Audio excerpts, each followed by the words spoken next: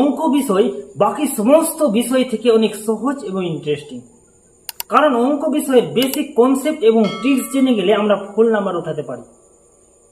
কনসেপ্টের ভিডিওতে নিয়ে আসছিলাম, আজ থেকে ট্রিক্স ভিডিওগুলো শুরু করছি।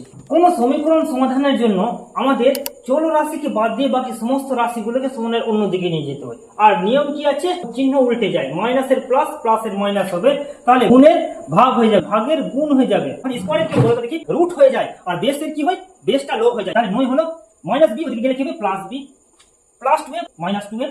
আচ্ছা 7 আর x স্কয়ার পাশাপাশি আছে মানে গুণ আকারে আছে, আর গুণ আছে মানে কি 7টা অন্যদিকে গেলে ভাগ হবে। ভাগ চিহ্ন দিন না, বাইরে লিখতে হয়। আর 5 বাই গুণ আছে মানে ভাগ করে আছে, তাহলে কি হবে অন্যদিকে গেলে গুণ হয়ে যাবে, গুণ। আর স্কয়ার আছে তাহলে অন্যদিকে গেলে রুট হয়ে যাবে। এটা ক্রস মান পেয়ে গেলাম, এটা x এর মান পেয়ে গেলাম। এটাতে কি আছে, x আছে পাওয়ারে, আর নিচে 2 আছে, নিচে এটাকে বলা হয় বেস। বেসকে অন্যদিকে নিয়ে যেতে গেলে লব আনতে হয়। তাহলে কি x এর মান বের করতে গেলে আমাকে লব 2 এখানে ছোট করে লিখে দাও, যেটা হচ্ছে বেস 7।